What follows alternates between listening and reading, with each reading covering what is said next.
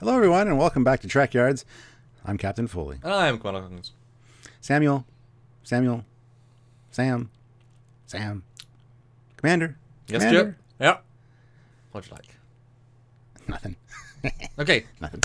let's get into it. All right, Samuel. Commander Hawkins. Hello, Sam. Friend. Poke. You're trying to bug me. Is that what you're doing, really? You're trying to bug me? Trying to set up the pun for today's episode? Well, you know, the CIA or the FBI might have our Skype connection bugged, but I don't know. Maybe I am. Did it work? Did I bug you? Stuart. Yes, maybe a little.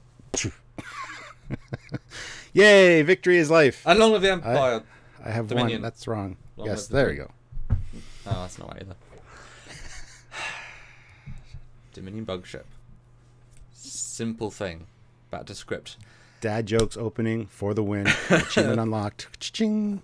Now, to ensure that you amazing people out there get the most canon, accurate information possible, we are foregoing our normal everything everywhere style of research in one beautiful format and going for exclusive facts found on Memory Alpha and in the episodes themselves. On that note, it's obvious now. The Dominion bug ship is today's episode from Star Trek Deep Space Nine, and one little appearance as a hologram in Voyager, like once. Indeed it is. That is the ship we're looking at. And sorry to bug you guys all No, you're about not. it. You I'm relish not that really. chance. I did. Anyway, these small fighter-type craft made up the majority of the Dominion forces fleet during the Dominion War. These were small warships, which were commonly referred to as either attack ships or patrol ships, and were generally used in the role of border patrol or acting as scouts, which escorted larger ships Or convoys. frontline force attack ships. They did everything. Exactly, yes. The ship had a crew of about 12, plus the flight crew and troops, and were very sparse in their amenities. And we'll get into that later. They had none. Jem'Hadar attack ships were vaguely insectoid, looking much like a Terran scarab in design. Hence the nickname of the bug ship, because we never quite got an actual, like Burrell, Vorcha, we never got like a actual Dominion name for them. These ships were highly maneuverable, but not quite as maneuverable as the smaller, or much smaller, Federation runabouts, or as the Defiant, which was built later on. They did, however, outgun the runabouts by quite a factor. They were armed with 3-phase polaron beam weapons, disruptors, and torpedoes, and in late 2375 were also fitted with the Breen's new energy dissipators. The primary directed energy array was located in the forward section of the ship and had a range that exceeded 100,000 kilometers.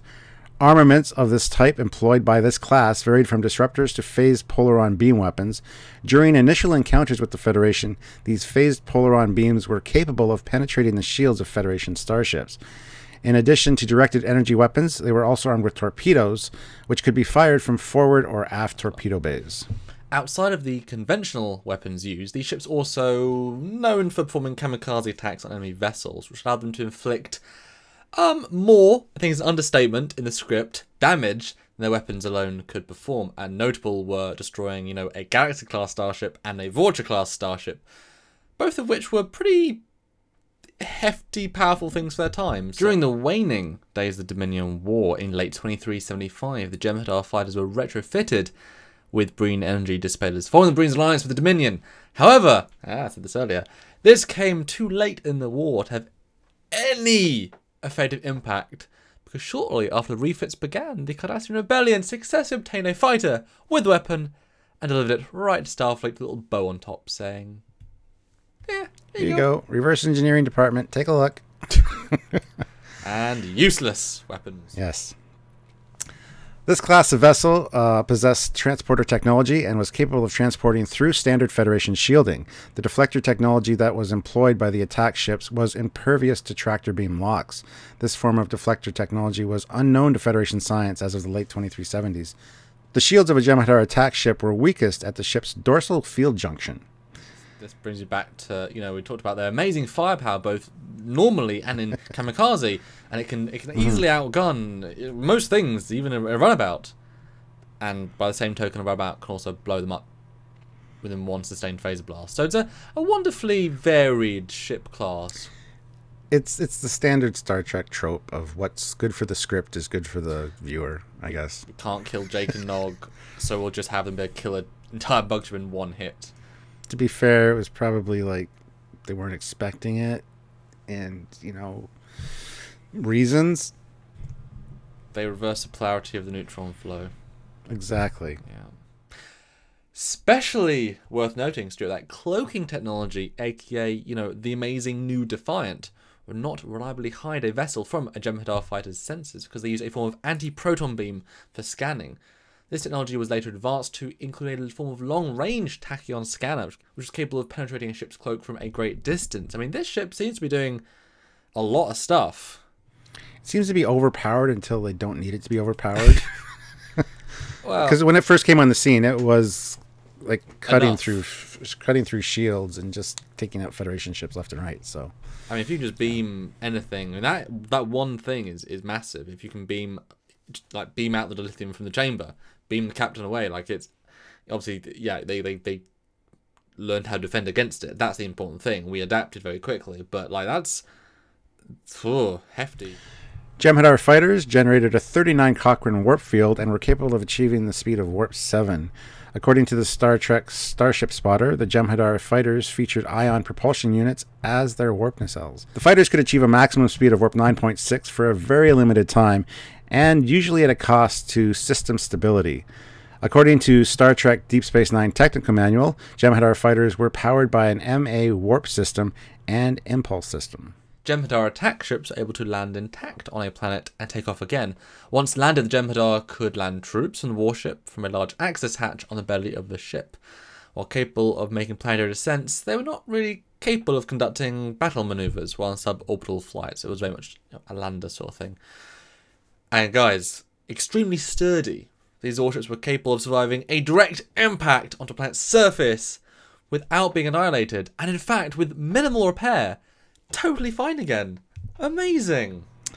Dig right into the earth so you don't have to build much of a prop. And yeah, they get it out and fly it again. Awesome. At warp. They must be made of undestructium. Adamantium.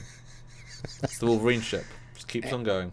It's a mix of adamantium and vibranium. Or just Superman's skin. Sure. Anyway. Such fighters were typically commanded by a Vorta field supervisor and a Jem'Hadar first. The bridge had no chairs and only 2 head-mounted virtual display devices instead of view screens. Jem'Hadar attack ships lacked numerous amenities that were otherwise taken for granted on Federation starships, including but not limited to an infirmary or sick bay and food replicators. And I feel like you could say comma and all other amenities would be totally acceptable in this sentence.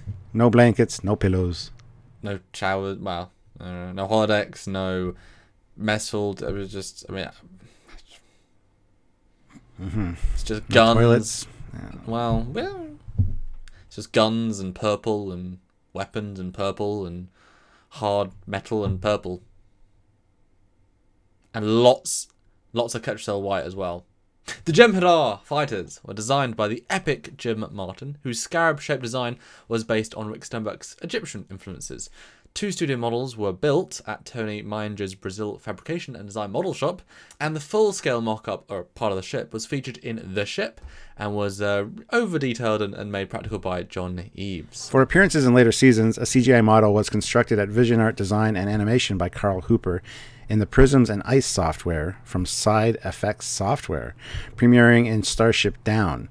When the episode Sacrifice of Angels went into pre-production, the CGI model was turned over to Foundation Imaging for rebuilding and remapping in the Lightwave 3D software. That's the model you've been seeing in this episode.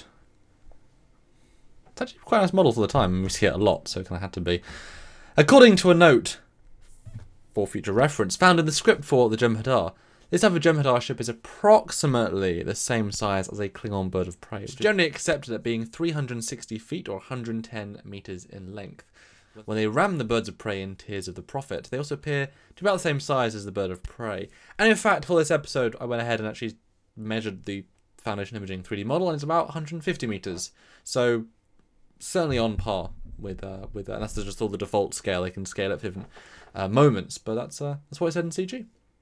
And if you guys like this ship, you can definitely pick one up because we are affiliated with Eaglemoss, and Samuel has the Eaglemoss bug ship right there So there is a link down below. Click that link, go check it out, order it, and at checkout you can use discount code Trekyards to save yourself some money. So check it out. There's some cool ships for sure, and it's a neat design actually.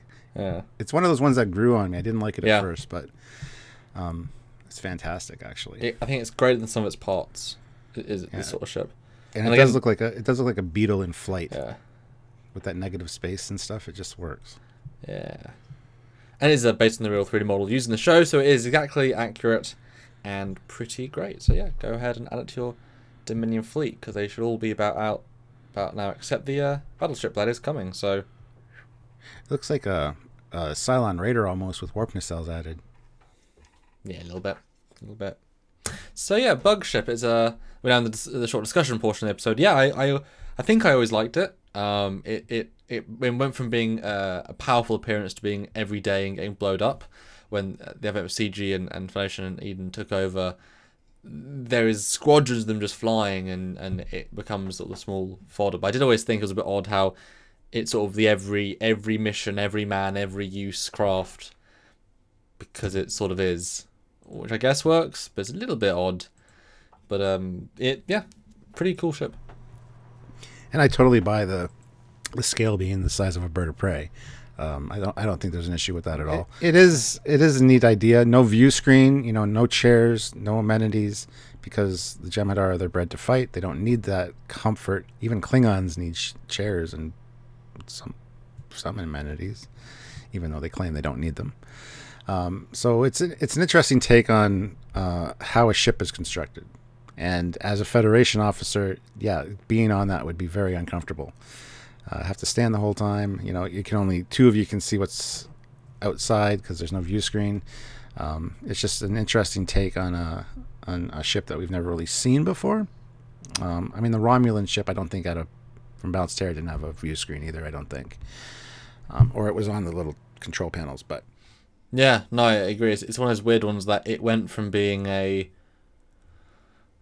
not generic, but like the thing we fight against, and then suddenly you see the inside, you get a real sense of it, you really get lived in, you have an entire episode where you're being helmed or they take command of one. It really instantly fleshes it out in a way that you never get really for, even the Jem'Hadar decks didn't get that same sort of consistent fleshing out.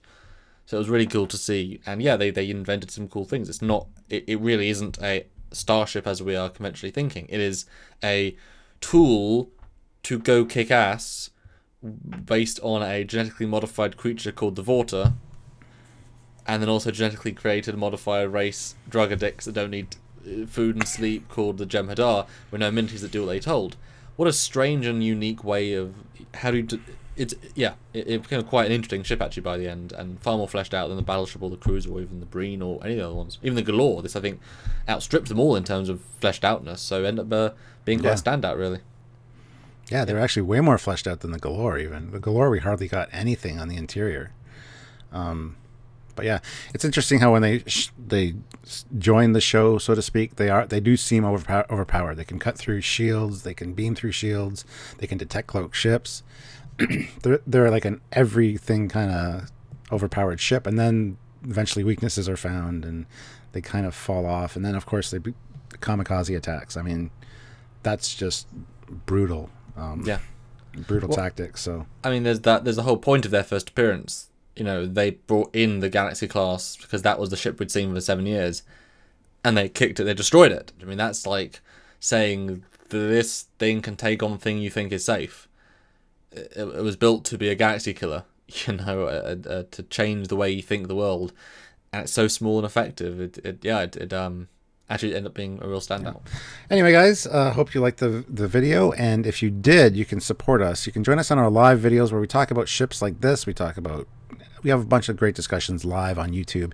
You can join us for those, and of course support the channel by doing super chats or just hanging out with us. That also supports the channel. Sharing the videos is of course important. And if you want to help us on a monthly basis, one of the best ways to do that is Patreon. It's a service that a lot of YouTubers use to just keep things going, and it's a kind of a guaranteed monthly income, and that really helps us out as well. All the links to the relative stuff is down below, or you can check out Trekyards.com, click the donate button, help us with a one-time donation that way as well. But there are more interesting things that you can do as well. And Sam is going to tell you about those right now. But of course, guys, the easiest way is just to share. You know, we put a lot of work and time into this to get you the bestest version of this ship possible. It even does have the classic flyby. Plus, you can even get your own and save some money with our discount code. That's true. So just like the channel, like this. Well, you like this video. You can subscribe to the Trekyards channel for more ships, both the massive, massive, massive backlog and also the cool future content. Both normal ships, Prime and Prime Canon, and Discovery and Jade. All the things we're going to look at. The new Picard show and all the other shows. It's going to be what we. This is your home for all sort of Trek analysis. But make sure you click that bell notification though next to the subscribe button, because YouTube is weird and that's kind of a must to actually see what we do. And you do want to see more because we're doing more videos like this. That's sort of definitive, and it'll be a lot of fun. That's right. And don't forget to join us on social media as well. There's the Facebook group and Discord and a whole bunch of other great stuff. Great ways to contact us and hang out with us and just be part of the Trekyards community, because we love you guys and want to interact with you. So until next time and another fantastic video, we're hoping. I'm Captain Foley. And I'm Connor Combs. Bye, guys.